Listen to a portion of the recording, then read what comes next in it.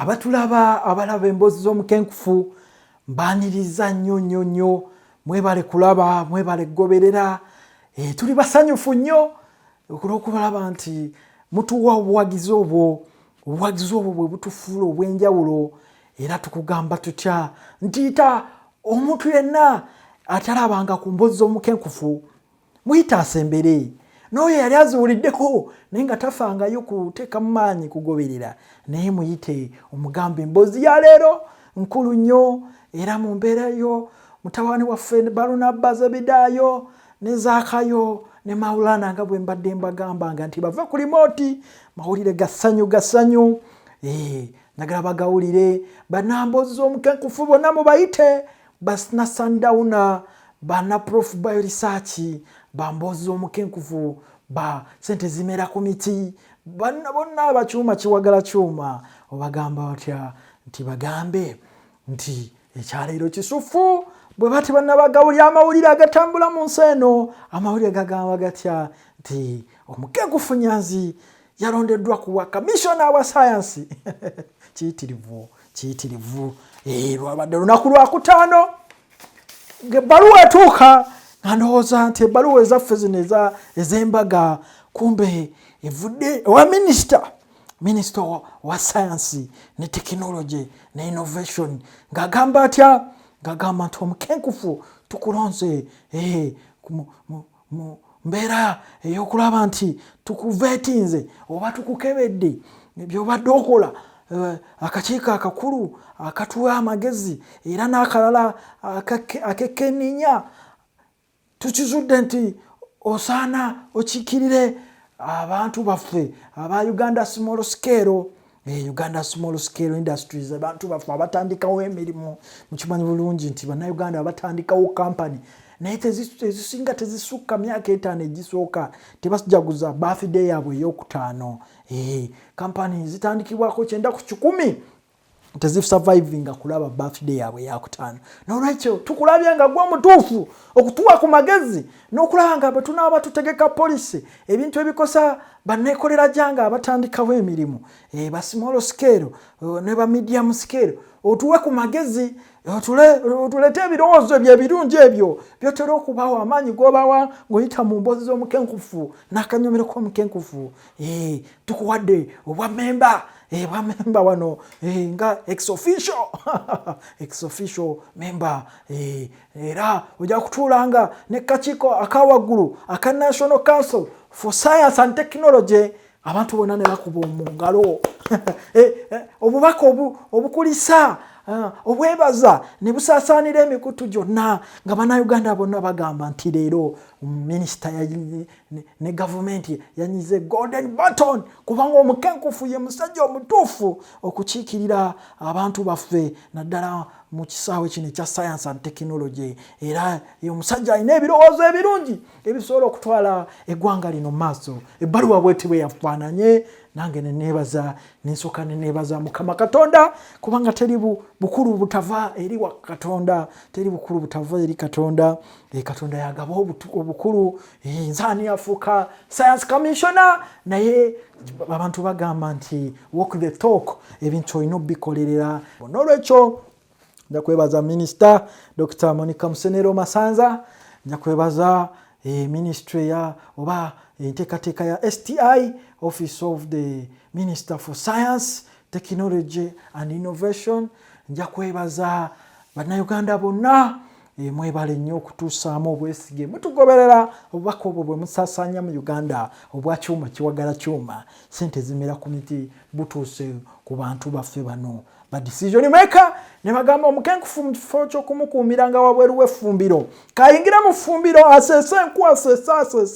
enaddala mu science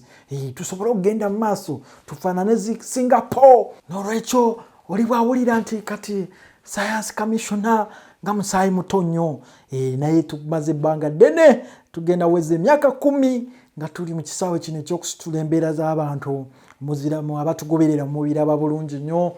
bantu bangi bazze bawerera ddala obukadde obubiri abatandiseewo emirimu bali Stevia sukaali w'obutonde bakamulwa Kalitunsi era bo bayimba sente zimera ku miti mubereyo nga mugamba sente zimera zitya ku miti bo bakwata amakoola ne bakamula oilo wa Kalitunsi ne tufuna akatale k'ensi yonna Mwagowa n'ebweru ne tuvaawo ne tuba n'abantu bafa bakamula ensogasoga n'okulima ensogasoga era nga tuyita mu nteekateeka yaffe ya Sundowner, the great Sundowner mubadde muziraba ezasooka zonna. Sundowner wadde okimanyi ne wabaawo Sundowner teka ssente woolaba, ne wabaawo Sundowner gye bayita batya ssente zimera ku miti. Sundowner ez'enjawulo muzze muziwulira nga muziraba nti ssente ziteeke woolaba, ssente zimera ku miti. Era mu nteekateeka ezo n'abakulu mwe bazze nga bayitira nga balaba era mwalaba bulungi nnyo. Omu ku banna Sundowner abagiraba ku TV twali ku Bukedde TV wano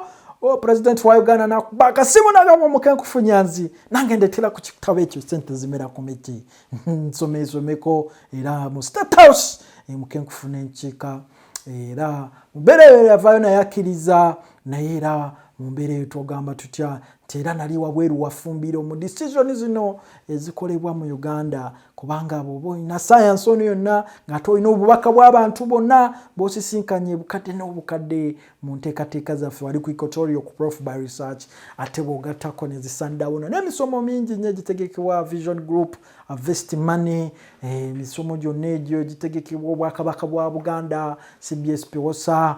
Buganda Expo mingi nnyo tubeera tutalaaga Uganda yonna ne bagamba yes yingira effumbiro oyambeko mu nteekateeka ey'okusitula science mu Uganda abantu basobole okumanya ebintu tugambe nti ignite wisdom n'olwekyo Barnaba ne Zebedayo mukole n'amaanyi teryakola n'aviiramu awo n'olwekyo nga tuvuddeyo eyo mu ofisi obwa Commissioner Science nga tuddeyo ku mirimu gyaffe egya emboozi Omukenkufu era nga mu programu ya leero tugenda kuyiga ku kifu ne ku mbeera y'amaaso. Amaaso malwadde, abantu balina obuzibu bw'amaaso, balina okusookera ddala ekifu ku maaso, balina ekifu ku maaso kireeteddwa ki sukaali. Sukaali aleese ekifu ku maaso. Balina amaaso amamyufu galeeteddwa infections ezo obuwuka virus bacteria bubayingira ne bafuna red eyes. Balina abantu baffe ensenke ku maaso giyite cataract. Balina pressure y'amaaso giyite glaucoma, balina glaucoma. Balina droppy eyes, amaaso gagudde tegalaba bulungi, galeeteddwa kirwadde ki Myasthenia gravis, amaaso gagudde. Balina obuzibu obw'enjawulo ku maaso, amaaso gabasumbuwa. Ate jjukira bw'oba tolaba osigala mu kibookisi ebbanga lyonna n'obanga olusa bakulembeze abalwawo okulaba abantu baffe abalina talenti bamagulu meeru ne bajja ne babatutwalako. Ne mulwekyo nga nfuuse Commissioner wa Science katusooke tujjanjabe amaaso g'Abannayuganda batandike okulaba ebintu. Era mu mbeera eyo nkugamba ntya ekisookera ddala mu kukuuma amaaso weewale okufumbisa enku. Tulina tekinologiya afumbisa oil omukadde oba used oil tanyooka n'enku ze mufumbisa ezo zirwaza amaaso. Mubeere ne sanitizer ofuire engalo obuwuka buno obubeera ku ngalo buli wekwata mu maaso nga galwala gafuna infection. Ate essimu eno eriko gye bayita ultraviolet light. Waliwo ekitangaala ekibi, ekitangaala ekyo ekibi kibaleetera okufa amaaso. Era bakugamba abakozi b'essimu tebakitugamba wansi awo waliwo ekigambo eye comfort okoonako light n'ekyuka essimu n'osobola ogikozesa obulungi n'etakukosa amaaso. N'ekirala mwambaleku eye shades oba glasses ezifilteringa ekitangaala ky'omusana kuba abamu mutunula mu musana amaaso ne gafuna ensenke ne gafuna ekifu. N'olwekyo mu kitundu ekyokubiri tovaawo nga tulaba eddagala ly'ensenke ery'obutonde ne pressure y'amaaso n'ekifu ky'amaaso kireetebwa sukaali. Anti obuzibu bwe tulina muvuga emmotoka ne mukoona kapa ne mukoona embwa byonna bijjudde ku luguudo anti muvuga ekiro nga temulaba mulina night blindness oba cataract. Tovaawo tukomawo mu kitundu kyokubiri n'ekyokuddibwamu beerako nnyo.